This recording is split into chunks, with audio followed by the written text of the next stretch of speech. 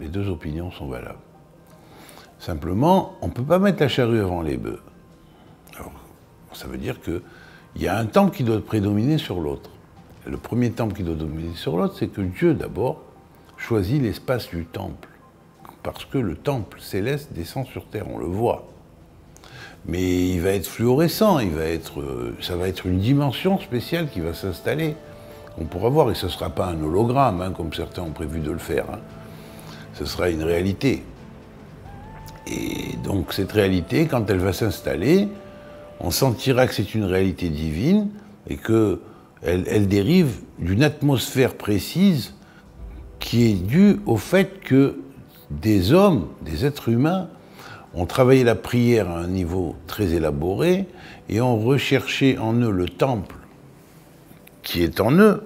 Hein, et donc, ont préparé ce temple qui est en eux, car plus il y aura d'individus qui auront le temple en eux dans leur microcosme, dans leur petit monde interne, dans le cœur, hein, un temple dans lequel il faut entrer toutes les nations de l'humanité pour la paix, eh bien, plus il y aura de personnes qui penseront comme ça, et plus cela va attirer que le temple céleste va descendre du ciel.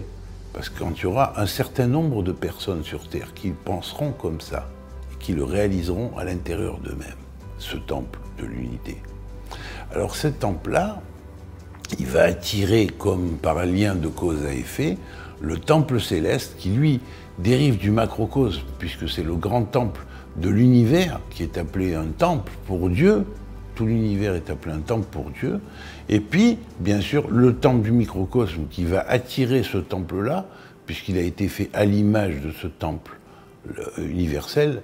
Et puis, il y aura ensuite, à partir de là, la transmatérialisation d'un temple qui va être le résultat de la connexion entre le petit monde et le grand monde, c'est-à-dire entre le macrocosme et le microcosme.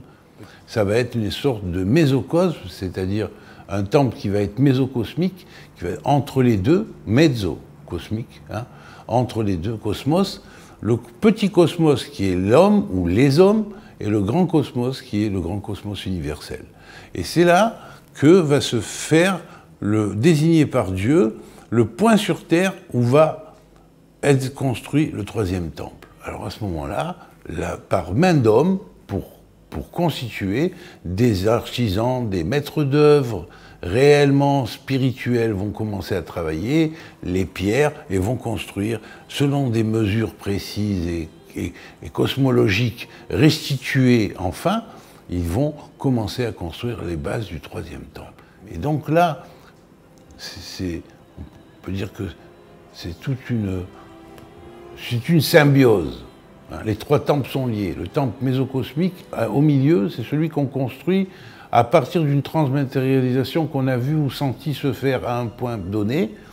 Puis, il y a le microcosme, c'est-à-dire tous les individus qui sont prêts à recevoir le troisième temple, quand il y en aura assez, un nombre précis, peut-être 144 000, qui sait, hein, dans le monde entier, le temple appelé d'en haut se révèle, descend et il arrive à transmatérialiser un temple sur Terre. Et à ce moment-là, c'est le temple de Dieu, c'est pas un temple de nouvel monde mondial ou d'autres choses qui va être matérialisé ou transmatérialisé. C'est le vrai temple de Dieu. Voilà.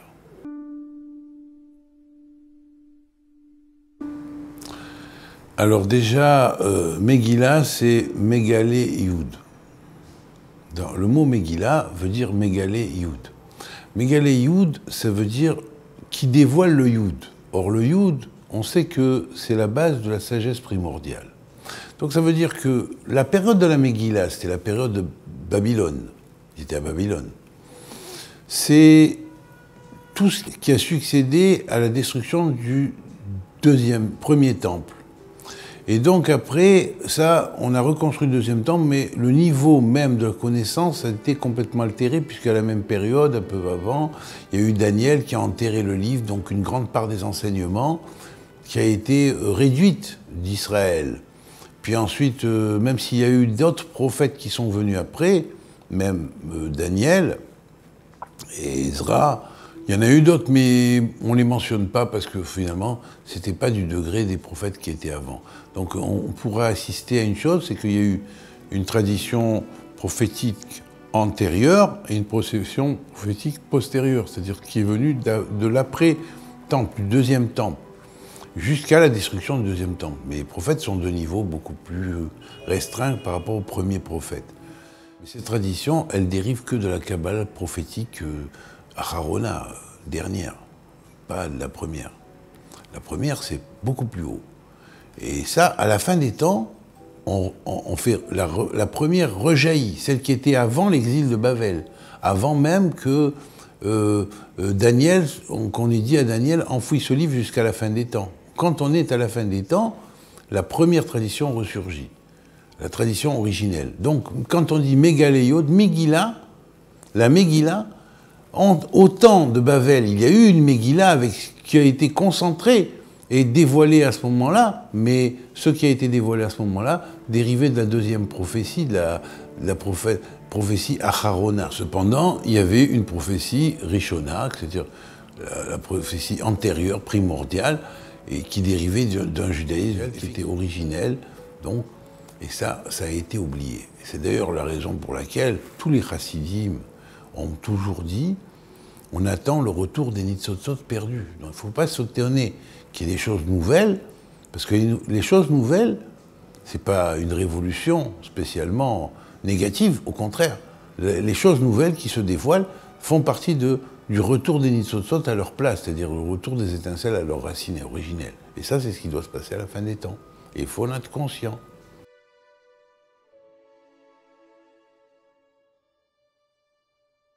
Les deux options possibles qui peuvent arriver à la fin des temps, avant la révélation finale, parce que c'est une révélation finalement, mais il faut passer par des étapes qui sont pré-révélation, c'est-à-dire révéler Mashiach, c'est-à-dire les douleurs du Messie, de l'enfantement. Alors dans les douleurs d'enfantement, il y a deux possibilités. Au dernier chapitre de mon livre de Gog et Magog. La possibilité 1, c'est toutes les prophéties qui sont rigoureuses, et en l'occurrence Isaïe 28 qui est la grande clé, avec Isaïe 29 et 30 qui est la suite de cette chose-là, et puis relié avec d'autres prophéties, bien sûr, la prophétie de Gog et Magog, Ézéchiel 38. Hein. Bon, alors bien sûr, la prophétie de Gog et Magog, elle peut rester médiane. La prophétie d'Isaïe, c'est la voie de la rigueur. Elle donne la voie de la rigueur. Si vous faites comme ça et que vous ne reprenez pas, c'est comme ça que ça va être.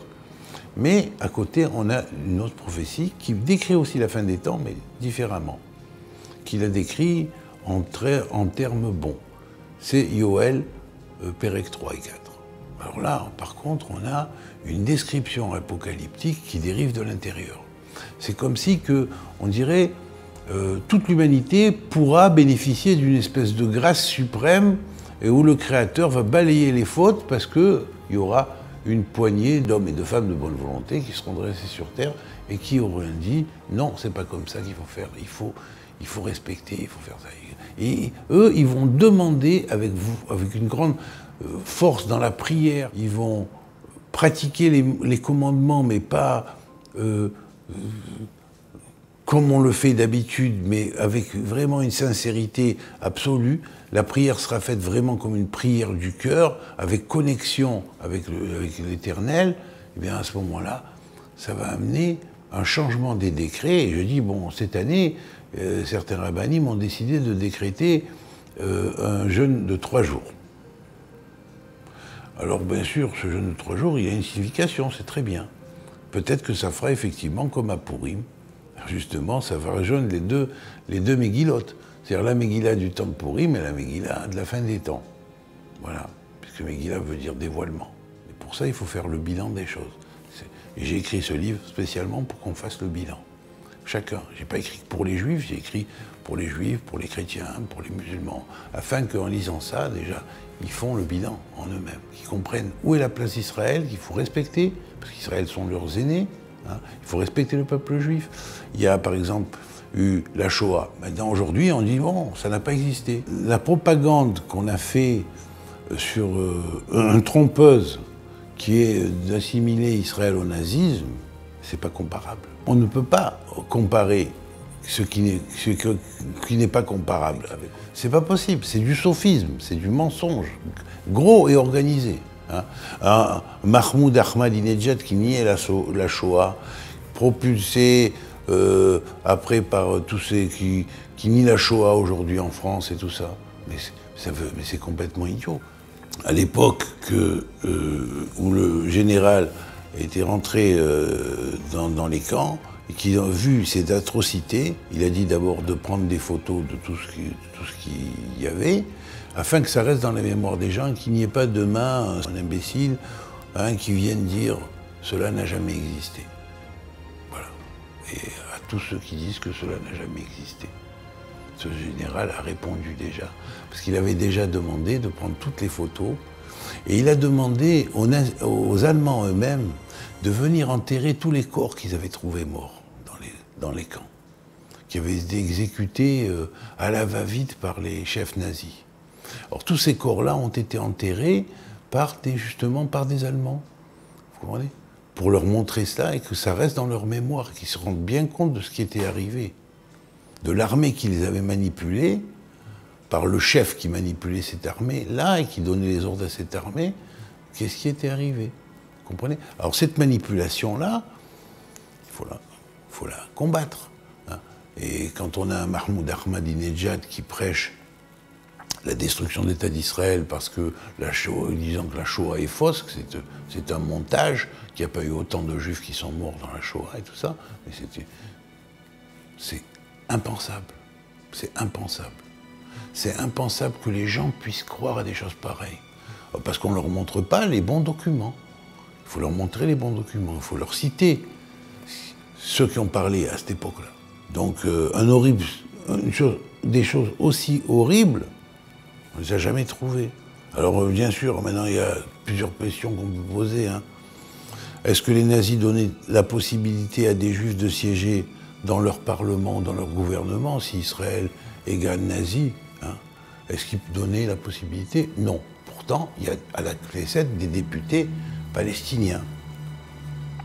Deuxième question, les nazis fournissaient-ils les capitaux pour aider les juifs comme Israël fournit des capitaux aux Palestiniens pour s'organiser même en tant qu'État? On leur fournit le Rachmal, l'électricité, l'eau, hein, ils ne payent rien. Les hôpitaux, est-ce que chez les nazis, on donnait les hôpitaux aux juifs quand ils souffraient? Non, et un bonhomme était souffrant, il n'était pas capable de travailler dans les camps, on lui mettait une balle dans la tête et puis on le faisait jeter hors du camp et le lendemain enterrer. D'accord? Est-ce que les nazis versaient des indemnités de chômage aux juifs? Je n'ai pas jamais entendu ça. Hein? Comme Israël verse aux Palestiniens qui ne travaillent pas, ou qui ont travaillé qui ne travaillent pas, est-ce que les nazis se chargeaient des accouchements des femmes juives lorsqu'elles accouchaient? Non, les bébés ils étaient pris pour des expériences, les femmes elles étaient stérilisées, et ainsi de suite. Par contre, on ne voit pas ça du tout.